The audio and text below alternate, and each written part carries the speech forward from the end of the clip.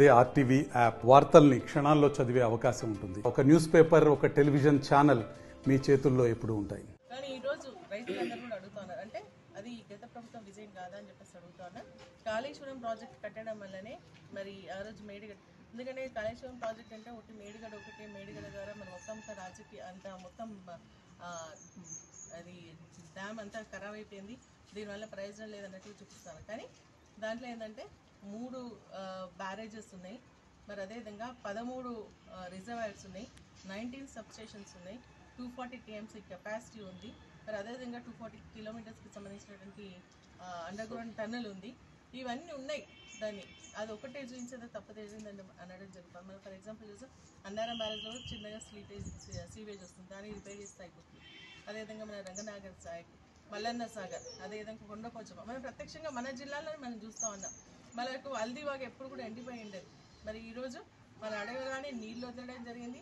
మన కొండపోచమ్మ, మల్లన్న సాగర్ నుంచి కొండపోచమ్మ నుంచి హల్దీవాగ్ నుంచి ఈరోజు దాదాపు 9 చెక్ డ్యామ్లు కూడా పొంగిపోతున్నాయి. ఈ ఎండాకాలంలో నీళ్లు మనం చెక్ డ్యామ్లో నీళ్లు దుంపుతామంటే అది కేసీఆర్ గారి విజయం కాదా అని చెప్పేసి అడుగుతాను. ఇప్పటికైనా మేము డిమాండ్ చేస్తామంటే ప్రజలకు ఇచ్చినటువంటి హామీలు నెరవేర్చండి. మీరు ప్రజలకు సంబంధించేదైతే కార్యక్రమాలు ఇస్తుందో చేయడానికి ప్రయత్నం చేయండి. మరి అదేవిధంగా ఈరోజు రైతు ప్రయోజనాలు దృష్టిలో పెట్టుకొని రేపు మళ్ళీ పంటలు ఎండిపోయేటువంటి పరిస్థితి వస్తూ ఉంది. దాన్ని ఇమీడియట్గా వర్షాకాలం లోపలనే దాన్ని రిపేర్ చేసి రైతులకు నీళ్ళు అందించేటువంటి కార్యక్రమం చేయండి. ఆల్రెడీ చిన్న రింగ్ బాండ్ కట్టడం జరుగుతుంది. దాన్ని ఇంకా కూడా మరి కార్యక్రమాన్ని పునరుద్ధరించి రైతుల ప్రయోజనాలను దృష్టిలో పెట్టుకొని మరి ఆ కార్యక్రమాన్ని కంప్లీట్ చేసి రిపేర్స్ అన్ని కంప్లీట్ చేసి రైతులకు నీళ్ళు అందించాలని కోరుకుంటాను. ఈరోజు ప్రభుత్వం అన్నీ అదే విధంగా చేస్తారు. ఆ రోజు ఏంటంటే గ్యాస్, మరి అందరికీ గ్యాస్ ఇస్తామని చెప్పడం జరిగింది. ఈరోజు పురుషుల పేర్లో ఉన్నటువంటి గ్యాస్కి సంబంధించి మేము 500 రూపీస్ గ్యాస్ ఇవ్వమనేసి అంటున్నారు. అదేవిధంగా మన రాష్ట్రంలో 3,40,000 చిల్లర గ్యాస్ కనెక్షన్స్ ఉంటే కేవలం 40 లక్షల మందికి మాత్రమే ఇచ్చేటువంటి కార్యక్రమం జరుగుతుంది. అదేవిధంగా మనకి ఇప్పుడు ఇంకా 200 యూనిట్స్కి ఏదైతే విద్యుత్ సంబంధించిన కార్యక్రమం గృహజ్యోతి, దాన్ని కూడా తప్పు పట్టించేటువంటి కార్యక్రమం చేస్తూ ఉన్నారు.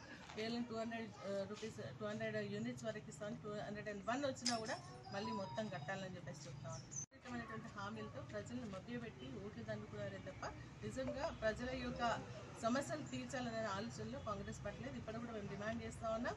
500 రూపాయల గ్యాస్ ఏదిస్తామంటున్నారో మనీ బ్యాక్ పాలసీ కాకుండా మొత్తం ఫస్ట్ సబ్సిడీ తీసేసి మిగిలింది మన బెనిఫిషియరీ నుంచి కట్టించుకోవాలా.